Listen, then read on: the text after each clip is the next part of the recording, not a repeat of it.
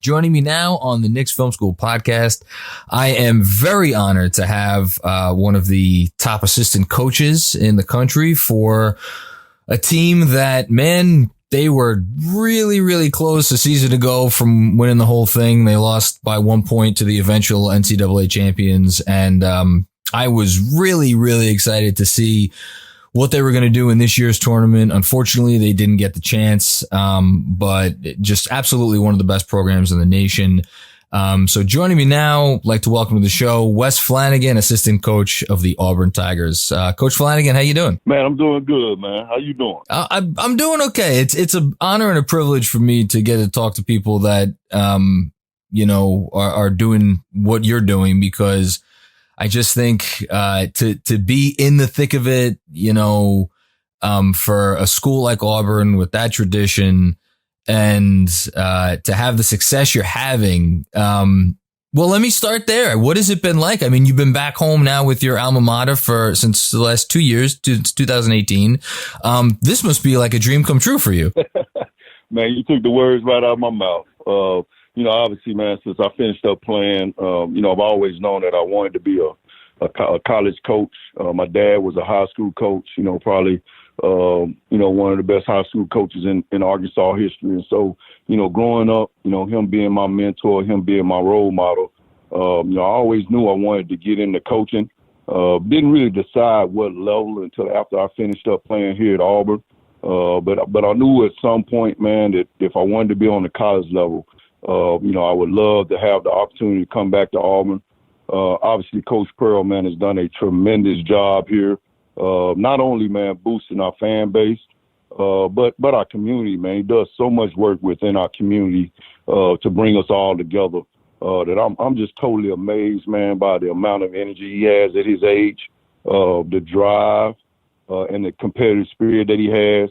And, what you see with Auburn, man, right now in terms of basketball, it's just all a product of his hard work, his determination. And then, obviously having great people around him. And when I say great people, I'm talking about, first of all, his players, because they come first and they kind of set the tone behind him.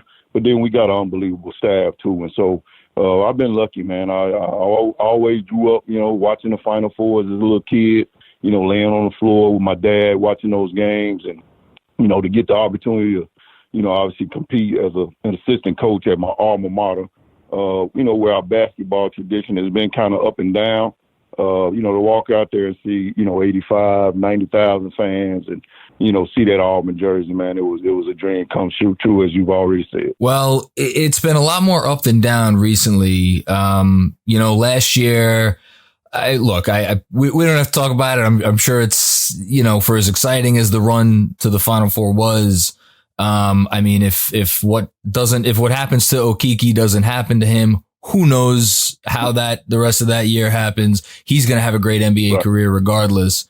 You had two other NBA players on that team, Jared Harper and Bryce Brown.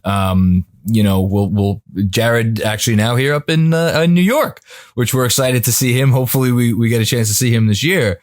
You returned 4 senior starters. And your 6th man, is also a senior. So really, really, really veteran team. And then you got this freshman coming in, whatever he was, 36th ranked recruit, 40th ranked recruit. Before you guys got this thing going, what did you expect from Isaac Okoro, to contribute to this team? Well, we always knew as a staff, man, recruiting him that, he was undervalued. Obviously he was, ranked from anywhere between 30 and 40 coming out of high school. But what people don't understand, man, is that the kid never lost a game in high school. So we knew we had a winner on our hand. We knew we had a guy that was going to be ultra competitive. We knew we had one of the best defensive players in the country, even as a freshman. And I think the whole deal with us as a staff was just trying to figure out, because we basically lost, 4 starters. Off the Final 14.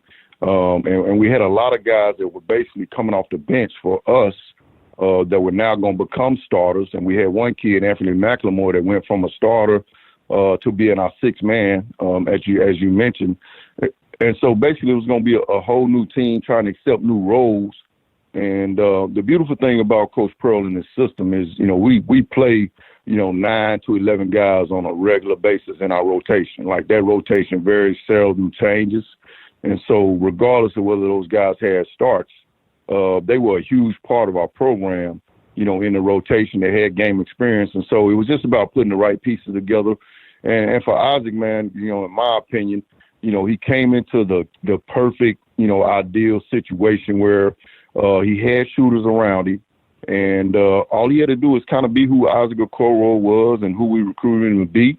We knew that, those other 4 guys on the court were going to be on the right spot because they had so much experience. So all he had to worry about was himself.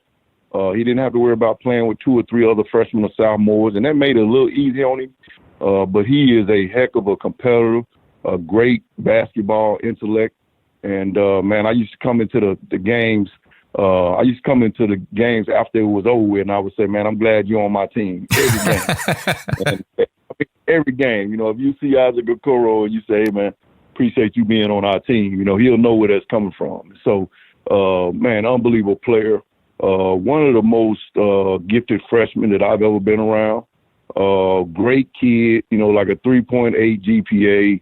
Wow. You never have to worry about him off the court. He's humble, he's respectful, and he wants to be great, and he wants to be coach.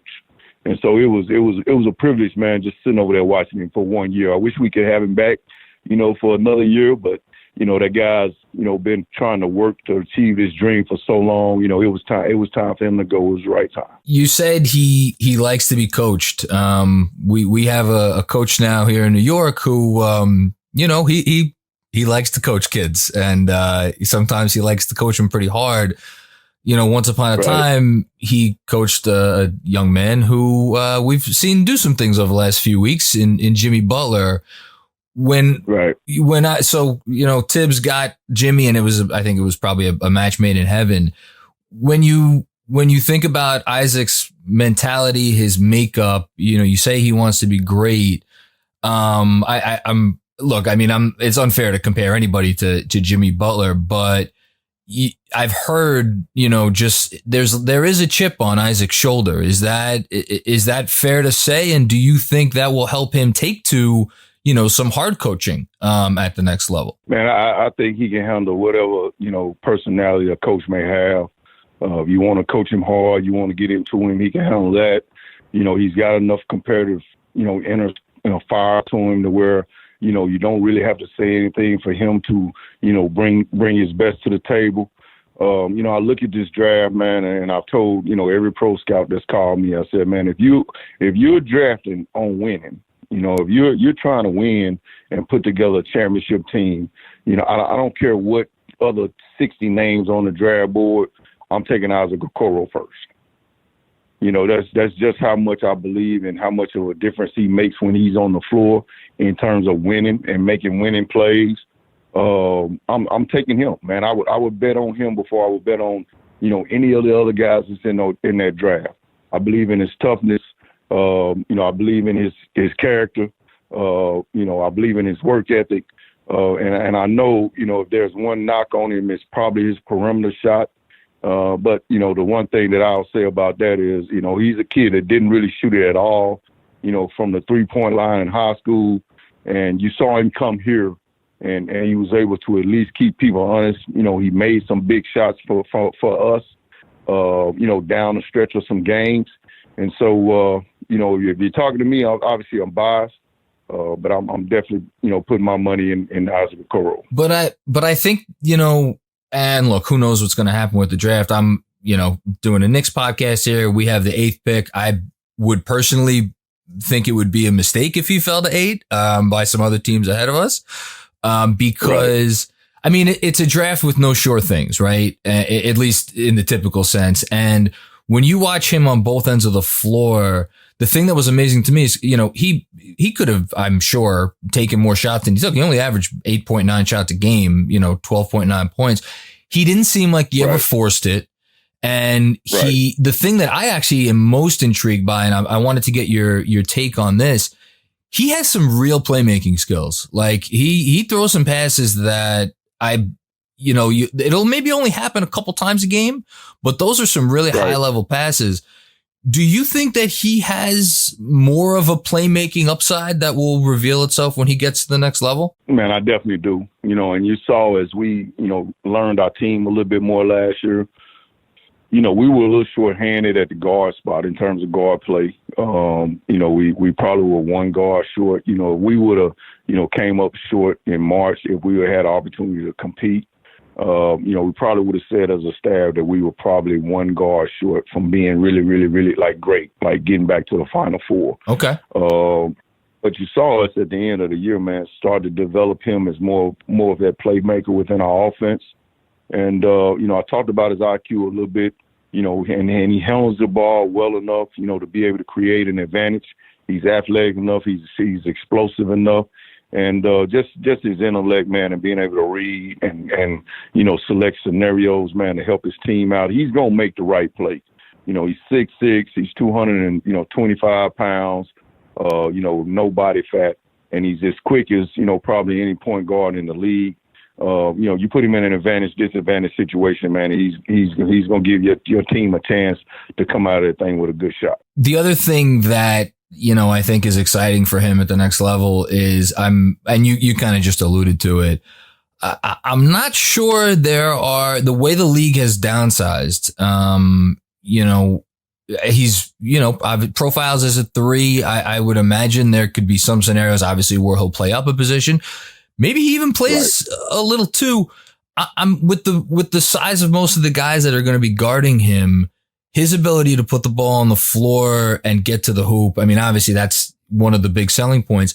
I'm curious if you think, again, projecting forward, he has the ability to maybe develop some more counters as he drives to the lane. I was watching the second Alabama game, over the weekend, and his last basket in that game where they overplayed him on one side and he did a little spin and just laid it up in it. I'm like, man, I want to see more of that. Do you think he has more of that in him? Man, I definitely do, man. Like the kid works, man. I walk into the gym this morning at, 7:30. We had a COVID test at 7:30 and, it probably took 5 minutes. I walk into the gym at 7:35, man. He's already into his, weightlifting workout with Coach D, our strength coach. And Coach D has done a tremendous job for us and our program. But the kid is here, man. He's working every day. He's in this gym, 2 or 3 times a day. He's going to continue to get better. And then just with his natural gifts, that gives the kid a chance, and I knew he was special. We knew he was special when we got him, but I knew he was really going to be special. When I saw him one day, during the first week of our practice, I think, he ended up getting switched on to Austin Wiley. Okay. And for people that don't know who Austin Wiley is, Austin is, 6'10", 6'11". Big. He's 265. And, again, he's another kid with probably 4% body fat. And Austin catches it in the paint, 2 feet in the paint. And Isaac gets caught behind him. But Isaac was physical enough and strong enough, to hold his ground in that situation. He wouldn't even let Austin pivot. And, there's not many people that I've seen do that to Austin that were smaller than him. And so, he's a guy, man, that, I think with the game becoming a positionless game, I think he's a guy that probably can play 4 positions for you in the league offensively, and then guard all 5 spots on the floor. I really do believe that. And, man, we just wish him the best, man. We know he's going to be really good, knock on wood, barring an injury. I just wish him the best. You mentioned the defense. I got to ask you that before I get you out of here. I think to me, I think he probably has the highest defensive upside in the draft. I recently had Coach Young on here from Florida State. We were talking about Vass and, Devin Vassell, off ball, wonderful. I'm not sure if he has quite the on ball defensive upside. Isaac, right? It seemed like, again, referencing that Alabama game, how many times you guys put him on Kyra, who, is he the fastest player in the country? Maybe. Was that intentional where you were, you figured, all right, and look, Kyra went, I think 3 for 13 in the game. He did not have a strong game. how nice was it to have a guy where you could put him on fastest point guard in the country? You could, if he gets switched onto a big like that, that must have been great. Well, that's part of us having the best staff in the country, man. If we don't put Isaac Okoro on him, man, that's the only real chance we got a guard in Cairo. You know what I mean?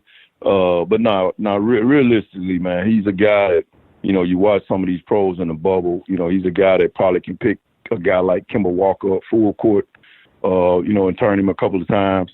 But then on the flip side of it, he's a guy that, maybe can go down and, guard a guy like LeBron James in the post. I think he's that gifted athletically. I think he's that intelligent. I think he's got that much of a competitive spirit. And so, when you look at some of the best players, out there in the world, Kevin Durant, LeBron James, James Harden, some of those guys, a lot of those NBA franchises are looking for guys that can defend those guys one-on-one, man, so they don't have to switch, so they don't have to help as much. And I think this kid gives them, that opportunity or that ability. The last one before I get you out of here, and I really can't thank you enough for the time. New York is a big place, and it's, the lights are not for everybody. Isaac, he's from Georgia. It's Auburn is, listen, the spotlight at Auburn, I shouldn't downplay that. That's a massive spotlight, as you said, when you get those fans in there and it's serious. Right. How do you think he would take to a city like New York with all that it entails and an organization that, frankly, it has been tough for some players to come in here and deal with everything that comes with being a Knick. How do you think he would handle that? Right. Well, first of all, man, let's give, his parents a hell of a lot of credit here. They raised that kid the right way. He's a humble kid. He works hard, as I talked about. But above and beyond that, man, he's a kid that doesn't, really get into the social media stuff. He's not a big hangout guy. He's not a drinker. He's not a smoker. And so that gives him a chance. He's from Atlanta, Georgia now. And, there's a lot of things and temptations and distractions. That's a good way of putting it. And so he's dealt with that. And then obviously coming to Auburn, he's a big fish in a small pond. There's always eyes on him no matter where he goes. And so, when you ask that question, man, I feel 100% sure in saying, that he's a guy, man, that will be able to handle himself no matter what market he's in. Well, that is great to hear. He has been someone all along, ever since I really started studying this draft, that I said if the Knicks end up with him, I'd be thrilled because, hey, listen, you started talking about it. Winning will follow him, and there hasn't been a ton of winning around here. So if we could get some more of that, it would be great. Stick around for half a second, Coach. I just want to thank you again privately, but everybody out there, thanks for listening to this spot with one of the best coaches that you will find manning the sidelines. I'm sure he will be a head coach again someday. Coach Flanigan, thank you again so much for coming on. Well, man, for all the people out on the East Coast, man, we got to end this with a war eagle, man. I got to teach guys that, all across the country, this is becoming a program that's, getting under, so to speak, on the national radar, and we end everything with war eagle. So war eagle to you guys. You guys have a great week. Thank you.